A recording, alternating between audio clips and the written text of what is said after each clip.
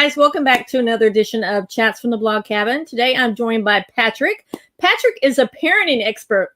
Patrick, what makes you a parenting expert? I know a lot of people are going to be asking me this question. So what makes you a parenting expert? Trust me, I'm asked this question around my house even. When I was given that title from Brainly, my wife kind of really, I've never seen her eyes roll so hard because she's like, you're the parenting expert. But the reason that I'm kind of given that title is because I'm a parent to begin with. I have 3 kids. I was also a teacher for a while in New York City.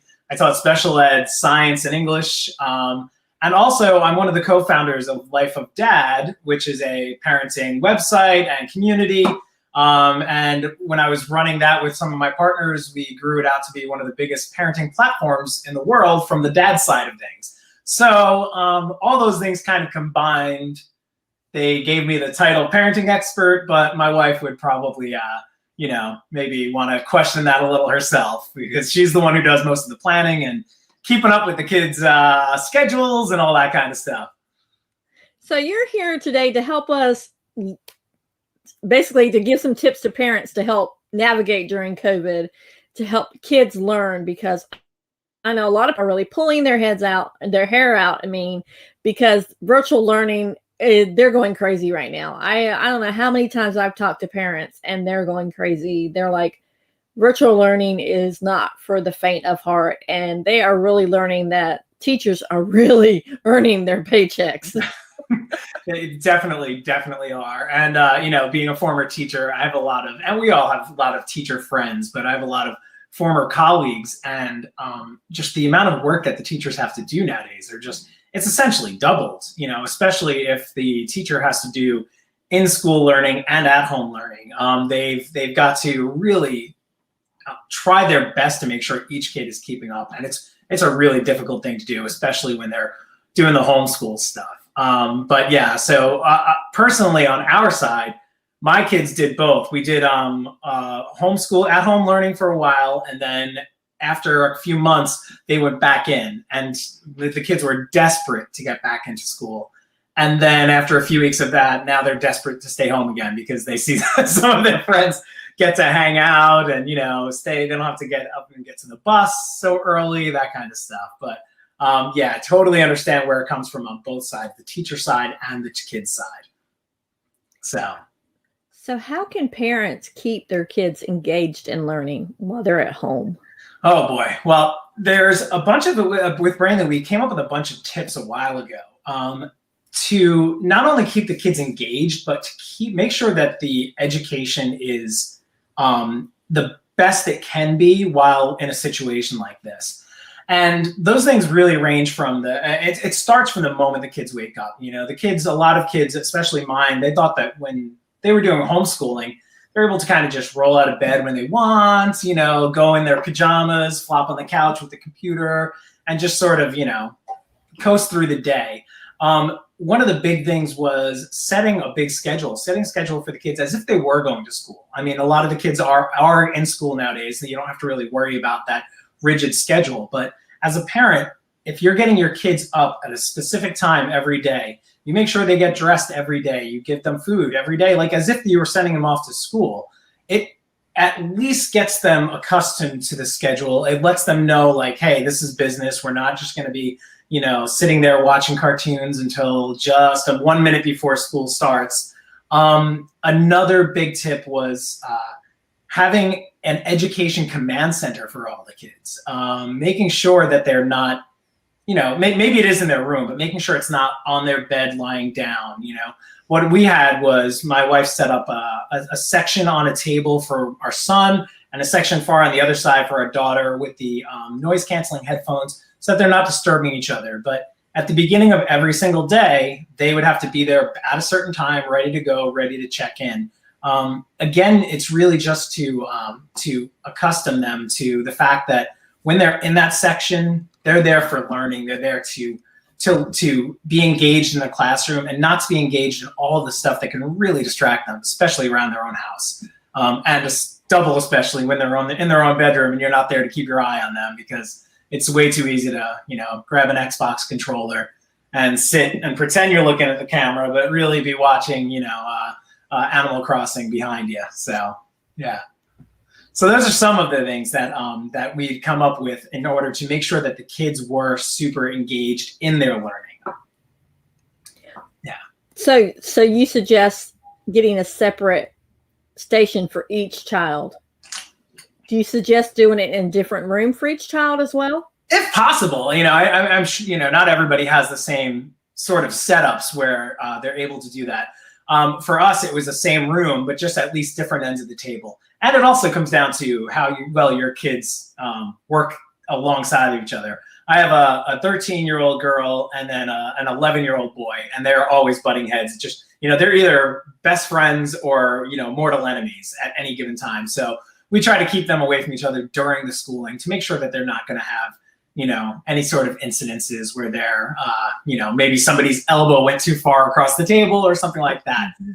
But the big thing was, it was another suggestion, is making sure you have the technology for the kids. But if you can get them noise canceling headphones, and there really are some inexpensive pairs that you can get out there that are super effective so that they're not distracted throughout the day and they're not listening in or, being able to comment on the other child's classroom or what their answers are, especially if you have kids like mine who would love nothing more than to, cause at least a slight embarrassment for the other one. What about those that have children with special needs? You talked about you were a special needs teacher, because that's going to be hard for them to do Zoom calls and Google Meets and things like that when their attention is already not there. That's going to be hard. So what's the tips for that? Well, for that, going back to my experience, I remember thinking to myself when this was all starting, like, oh my gosh, I feel terribly for all the parents who have to work at home, but then also have special needs students, because they really do need a lot of hands-on attention and a lot of one-on-one attention. So again, if you can just remove as much distraction as you can, doing that would be huge. Making sure that you speak with the teacher on a consistent basis. You can't expect the teacher to be concentrating on nothing but your one child, but figuring out a plan. Maybe the kids can't sit there all day. Maybe they can have certain number of breaks, things like that. But if you come up with a plan with the teacher, and the teachers would usually understand, given that they'll have IEPs on each student. But knowing from a teacher's perspective, it's very difficult to do what a teacher does online, because a lot of it has to do with visual cues more than it is just the kids raising their hand. If I'm walking around a classroom, I can see, hey, this person needs a little help. I could just tell, or that person is looking a little bit lost. But when you're looking at 15, 20, maybe 30 boxes, it's maybe hard to see what that is. So making sure that you're on top of your students, special needs or not, make sure you're right there with them to help them through their work. It's going to help their engagement, because they're going to know that you're engaged with their education. But in terms of if you have a special needs student, it's really just super important that you talk often with the teacher. You make sure that the teacher knows that you're engaged with your son or daughter, and that you're helping out as best you can, because that'll relieve a lot from the teacher's anxiety about what's happening with the student to begin with. But it'll also let them know that you're on the same team and that you're helping out, and that you're really making an effort so that your child is going to succeed with whatever the education process is, be it at home or in school. Now let's talk about technology, because I've heard a lot of parents just break down over technology, like Zoom dropping, Zoom not working, not being able to log in. Like they try to submit their homework and it doesn't submit, or it does submit, but then it gets lost and the kids are crying. The parents are having breakdowns, and the teachers are saying, they're not doing their homework. And it's like all this, literally everybody's having breakdowns. Let's talk about that. Oh yeah, for sure. And I remember at the beginning of this year, I'm right outside of Austin, but the technology kind of failed. So the junior high and the high school had to delay their start for 2 days because the Zoom just wasn't working correctly. And there was an article in the New York Times a while back that was talking about, through COVID, all of this working from home and education from home wouldn't have been possible 10 years ago, because the broadband just wouldn't have been able to support it. But now that it is, I mean, hopefully for most schools and most homes, they've gotten into a rhythm now, but the technology it is an issue for a lot of the people. If you're a parent and you're not particularly tech savvy, like I'm thinking of my brother, his kids luckily are younger, that they're not in school right now, but I know if he had to sit there and figure out a Zoom thing, he'd be completely lost. He's a New York City fireman and he doesn't really get in front of a computer too much. But if you are in that category, it's always great to at least have somebody on hand, somebody you can call who's able to walk you through it, maybe sit with you for a couple of days in advance to help you as a parent understand what's going on. If the kids are having issues, it's really important. One of the things that we talked about when we were putting together a list of what to do to prepare your kids for online schooling is remembering that everybody is in this together, that it's all new to everybody. So reminding the kids that, yeah, the teachers will understand that this stuff is going to happen. It's new for the teachers too. My daughter, if she didn't get an assignment in, she would just shrug it off and go about her day. My son gets really anxious about it though. He's very concerned about making sure his work is in on time and he wants to be on top of it. And there have been times where the assignment didn't come through on time, or he wasn't able to put it in. I forget exactly what the situation was. But really just to relieve the anxiety, it's just reminding them, the kids, like, hey, the teachers are going to understand. Every day, this is all new for everybody. We're all figuring it out. So getting through that together, it's really pretty helpful. And making sure that you're there with them and helping the kids understand that, we're all figuring it out, then that'll go a long way. I mean, because I have heard horror stories of parents saying that they're just like, they're done. Like here in North Carolina, in our county, they have what they could do virtual school, or they could do what they call Plan B, where the kids went to school 2 days a week, in person. One day everybody was home, and then everybody was home on Wednesday, and then wait a second, 2 days a week. I can see how it can be confusing. I know, it is super confusing. Okay, 2 days a week, A through M went to school. Everybody was home on Wednesday, and then N through Z went to school on Thursdays and Fridays, which the other ones were home. So it's like the kids only went to school in person 2 days a week. So they had stuff that they had to do virtually the days they weren't in school. And then they had the virtual academy. So these teachers were teaching, like the high school and the middle school teachers were teaching. Not only were they teaching the kids that were there in person, but they were also teaching the kids that were there virtually, like the virtual academy, because there wasn't enough teachers. But the elementary schools, there were enough teachers to teach the virtual academy separately. But the middle school and the high school, there weren't enough teachers to separate it out. So there were more workload for them. Wow. So it was like, wow. It was like, honestly, I used to be a teacher. I taught music. And so it was like, I could not even imagine teaching now. It's like, I'm glad I got out of it. But I have friends that are teachers, and I have friends who have kids now that are going through this, and they're like, no. Yeah. Like, and as a teacher, I'm sure you remember, because I remember with the New York City Board of Education, they would hand down their rules and regulations. And as a teacher, you look at it and you go, how am I supposed to manage this? And it always comes down to, there's a state regulation that gets sent down to the education departments. The education boards make plans that they think might be the best suited. And then it goes down to the teaching level where who should have been consulted to begin with. And a lot of times that doesn't really trickle down. So then when it actually gets to the educators and the administrators of the schools, they look at it and they say, the heck are we supposed to do with this? So that's why it's always a process of just like being patient as a parent and as a student, because you have to remember that it's there. Everybody's just trying to figure it out. Hopefully everybody will get into a good rhythm, and hopefully it's not that rhythm, because that sounds like a nightmare. It is a nightmare, especially when you think about it with COVID. They can't use books. because of the, passing around books. They can't go to the library because they can't get books out, because then there's the passing.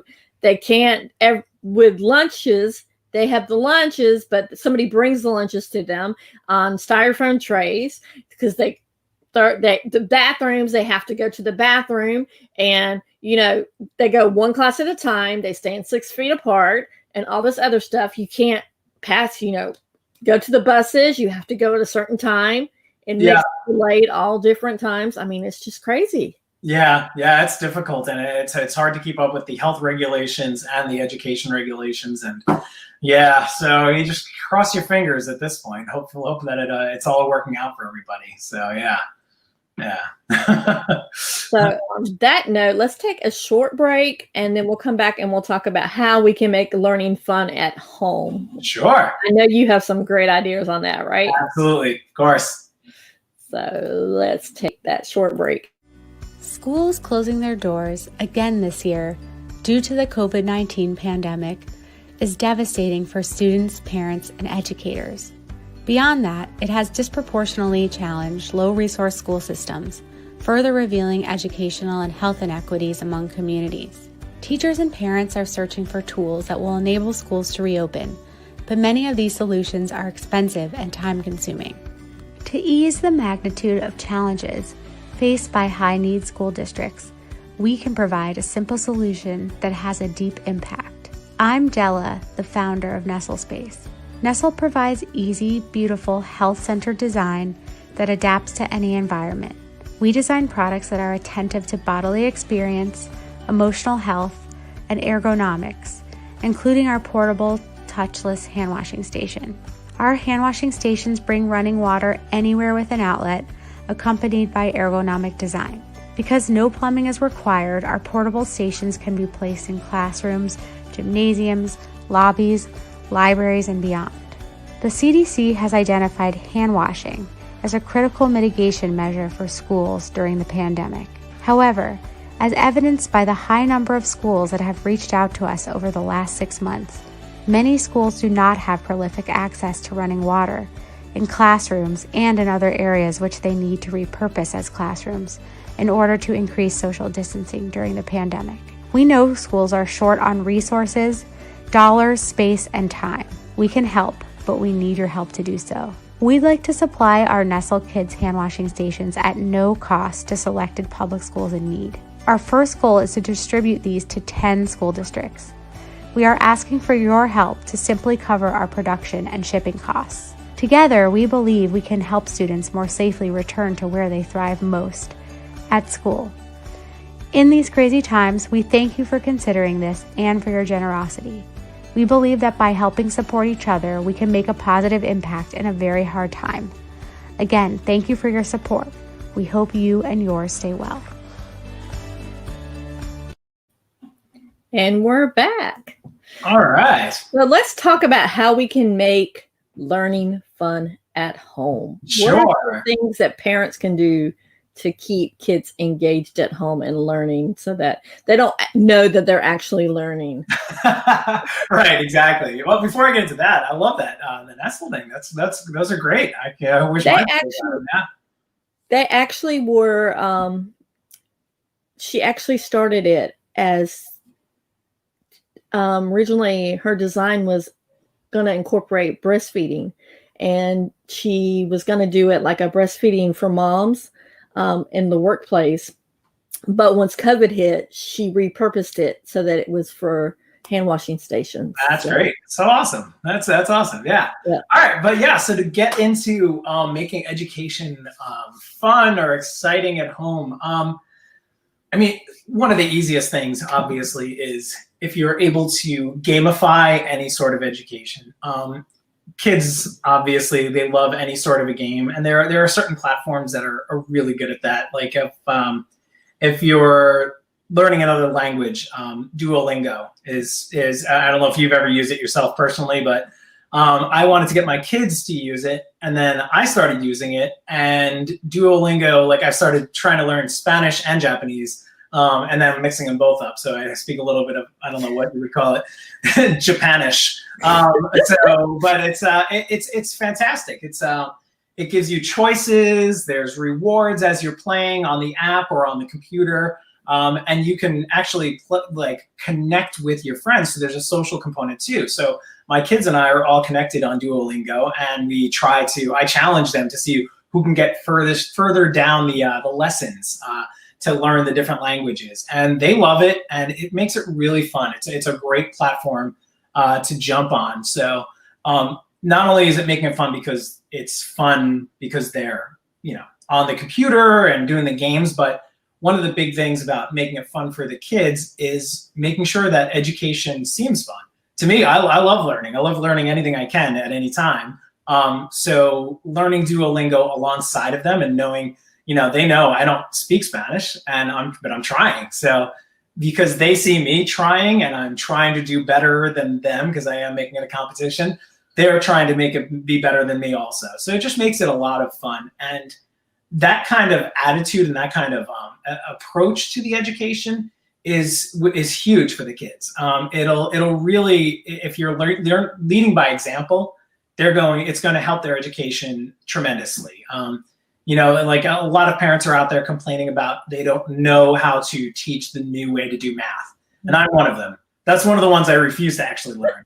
But if you're willing to actually sit and try and learn it with them, then the kids will understand that you're there trying to learn and you're trying to figure it out also.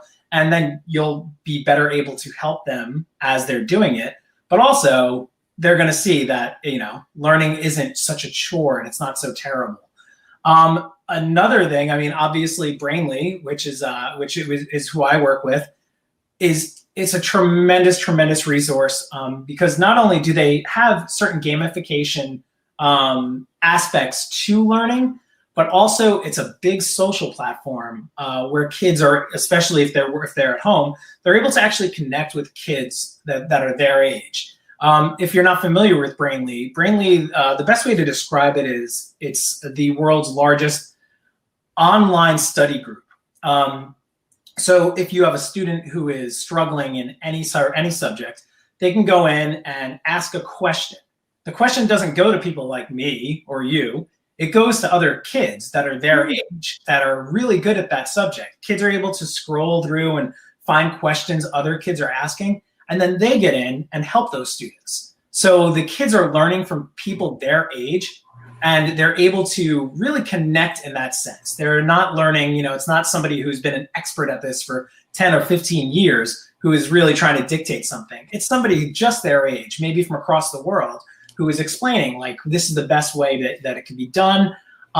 The answers are moderated by AI to begin with. And then also there's, I think they have about 3,000 to 4,000 subject matter experts who are actually on the site, making sure that the responses are accurate.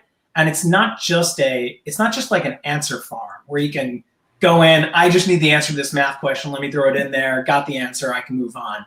It's a systematic approach where the kids are teaching each other. So, and the great thing about that is, if my daughter is struggling at math, but she's really good at English and history, she might see a history question that somebody else has, and she'll say, oh, I know that answer. She jumps on and helps that student out, and it's reinforcing the learning that she had before, and also creating that social component where they're able to, connect with other kids their age and understand that other kids are struggling that are their age. They might go on with a question and say, oh, wow, look at that. 600 other kids had a similar question or are also having trouble with that particular subject. And it's a great platform. It gets, I forget what the number is now, 350 million users a month. It's huge in Europe, and it's really exploding here in the United States also, especially during COVID, with kids being able to help each other.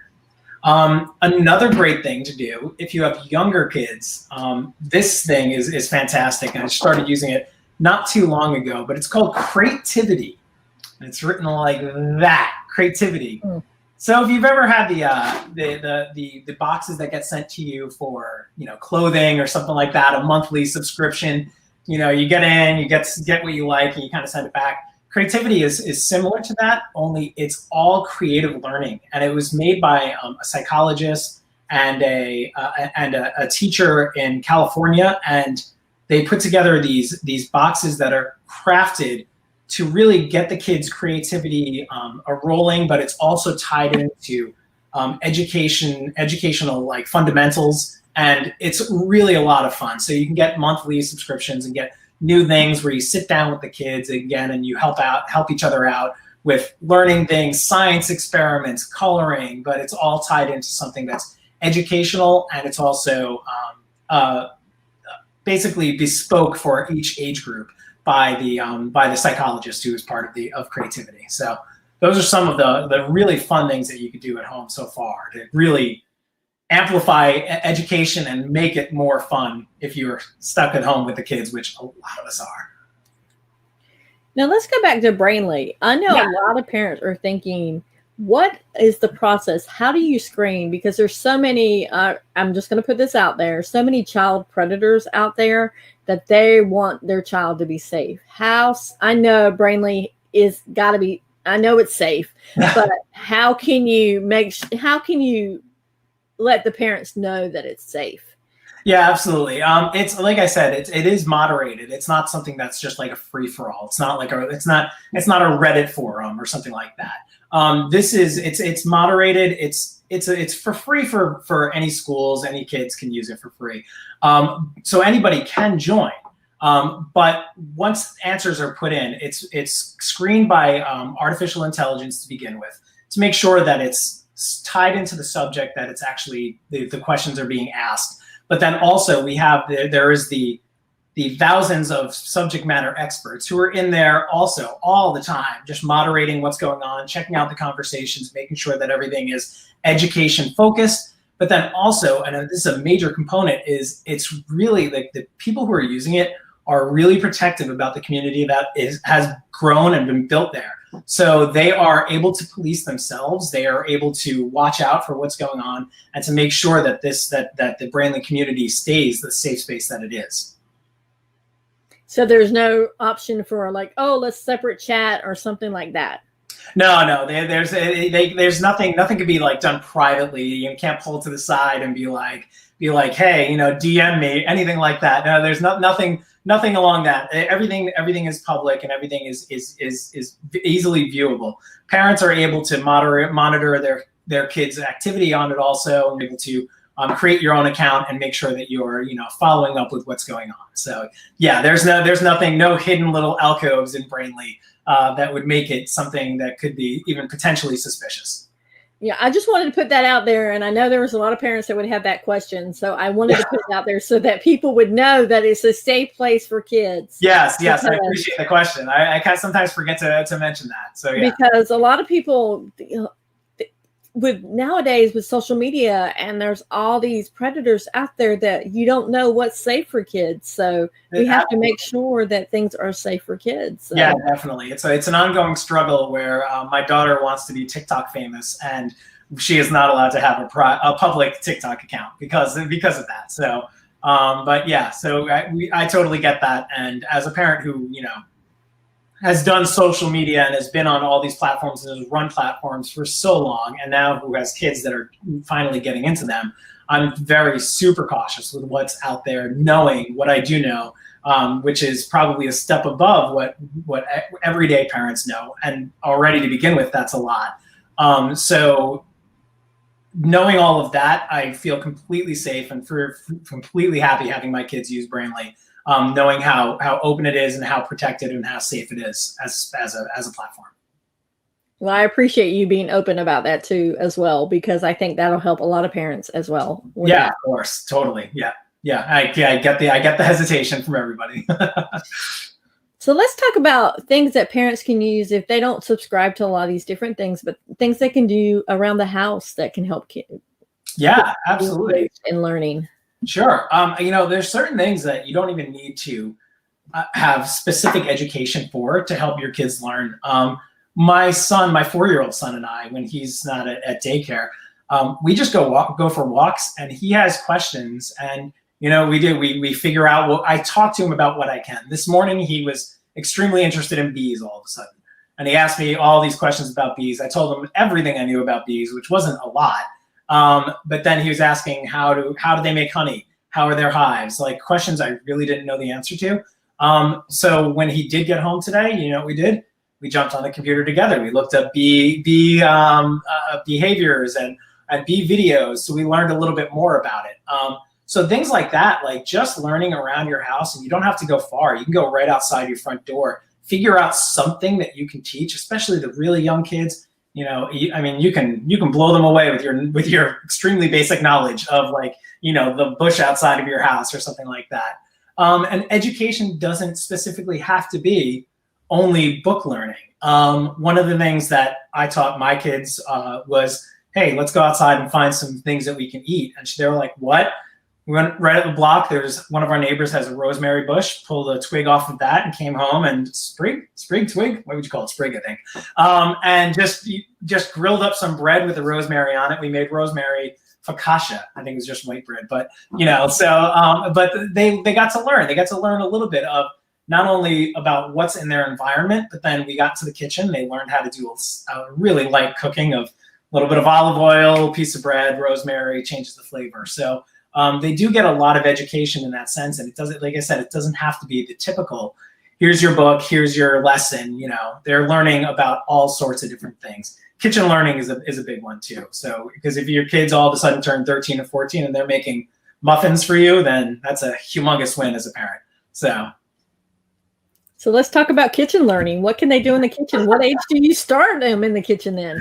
My 4-year-old helps me every Sunday with pancakes. You know, wow. he knows the stuff that goes into it, but he doesn't know the amounts. But the amounts and things like that are things you could teach them. You teach them measurement.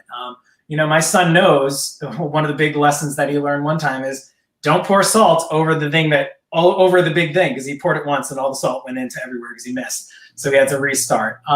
But learning measurements, learning about temperatures, you know, teaching like light science things. Like, isn't it amazing that you mix all of these things together and it becomes something very different? You know, and you can really tie it back to Ratatouille if you've seen the movie. You know, Remy really talks about the fact that, you know, one thing and another thing are completely separate. You put them together, it's something new, it's something magical. And that is something you can do in the kitchen.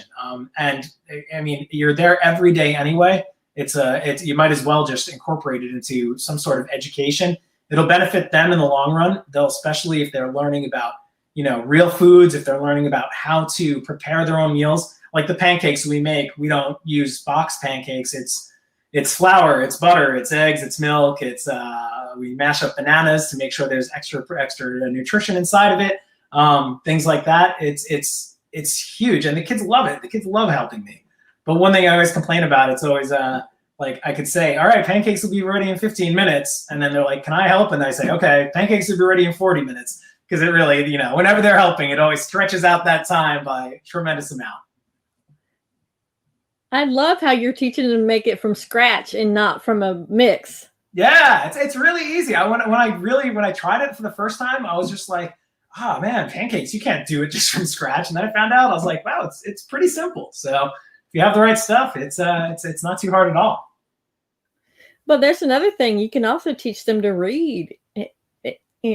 Their reading skills by reading recipes as well. Yes, exactly. One of my Christmas presents was I just got an air fryer. So it's an air fryer recipe book. And my older son and I sat there flipping through it, trying to figure out stuff that we can actually throw into there, because he loves messing around with it. He was really into gadgets and stuff. So he wanted to find out how the air fryer is working. So we have this recipe book, and he's not a reader.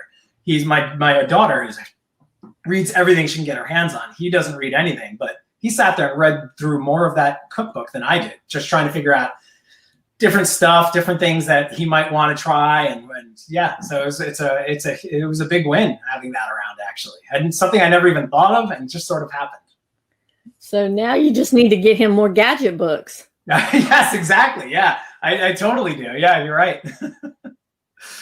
So what are some other ways? I mean, you talked about gadgets and things like that. So what are some other ways? Yeah, another thing, I mean, it is really just, it's playing to your kids, not even their strengths, but their interests. You know, all three of my kids are very musical. They love music. They have their favorite bands. They make little plays, and my daughter's very into theater and dance.